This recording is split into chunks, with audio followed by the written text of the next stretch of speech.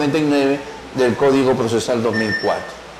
Es decir, que esté identificado el ciudadano por nombre y apellidos, que se describa, que tenga una cohesión narrativa, la acción, la omisión circunstanciada del hecho que hubiere cometido el ciudadano, la justificación clara, precisa y fundamentada de aquella fuente de prueba que hubiese presentado, pero ya en calidad de elementos de convicción.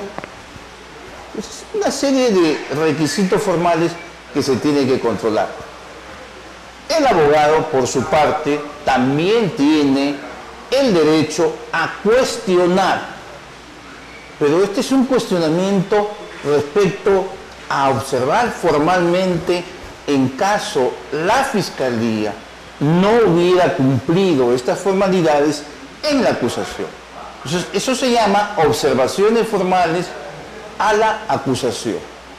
Pero además también la defensa del acusado tiene derecho a hacer observaciones de fondo, es decir, observaciones sustanciales que van dirigidos al fondo. Estamos hablando ya respecto al material de prueba que hubiera acompañado o que se hubiera sustentado la acusación. Entonces, en este control de la acusación, la Fiscalía no la tiene fácil. La Fiscalía tiene que haber efectuado una prolija investigación, tiene que haber reunido suficientemente los elementos que sostengan la pretensión penal y referido al objeto procesal que estuviera postulando. Como bien sabemos por literatura procesal, es que la acusación no es definitiva. La acusación es una postulación provisional y que queda en definitiva cuando ambas partes interactúen, discutan, deliberen. Recién ahí el juez va a definir si hubiera alguna observación. Un tercer plano es que el juez también puede, después del control de las observaciones formales y sustanciales, tiene que hacer obligatoriamente el control de admisibilidad del material de prueba que postulan ambas partes. Si la Fiscalía postula determinado material de prueba, tiene que ser sometido a un control de admisibilidad. Y es ahí el juez que tiene que respetar y tiene que dominar aquellos principios probatorios, como la pertinencia, como la utilidad, como la conducencia y la legitimidad probatoria. Porque es cierto que existe un principio de libertad probatoria. Ambas partes pueden articular todos los medios de prueba en el juicio oral. Sin embargo, toda aquella ilicitud es su límite. Y es por eso que el juez no debe solamente dedicarse a la formalidad, sino más bien a un control de legitimidad. Por eso es que yo sostengo en diversas exposiciones que la etapa intermedia es un punto esencial a efecto de que el abogado y el fiscal pues saneen sus pretensiones y puedan llevar a cabo el control de admisibilidad probatoria. Yo recomiendo a los abogados que este es el momento que tienen que controlar si es que una fuente de prueba que está postulando la Fiscalía tiene la validez, es decir, que no sea ilícito. Porque si su fuente originaria de la prueba que va a postular o que va a practicar en el juicio oral, pues no debe ser ilícita. Si es ilícita, tiene el pleno derecho el defensor de objetar, de oponerse. Y ahí, como consecuencia de esta oposición u objeción, pues nace el debate, la verificación. Pero eso no significa que sea práctica de prueba. Eso no es práctica de prueba, eso no es desahogo probatorio. Eso es verificar, debatir nada más. Debatir por qué se debe admitir y por qué se está oponiendo la otra parte. De eso se discute y es el juez el que va a decidir. Por eso que es muy importante que el juez efectúe el control de legitimidad, es decir, desde el punto de vista material, respecto a la oposición o a la pretensión que tuviera este fiscal. Eso es en cuanto a los controles y todas aquellas incidencias, repito, que se presente en la etapa intermedia. Bueno, continuando con la etapa intermedia, algo que también me gustaría en cierto modo ver y dar una opinión en el cual ya estaríamos entrando en una circunstancia muy importante en el cual el juez estaría diciendo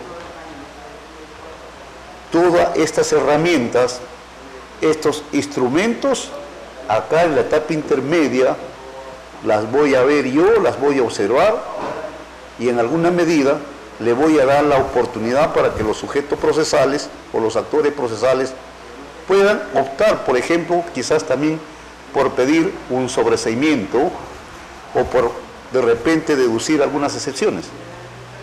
Claro, por eso es que expliqué antes que en un primer plano el juez tiene que ser el primer control para mí.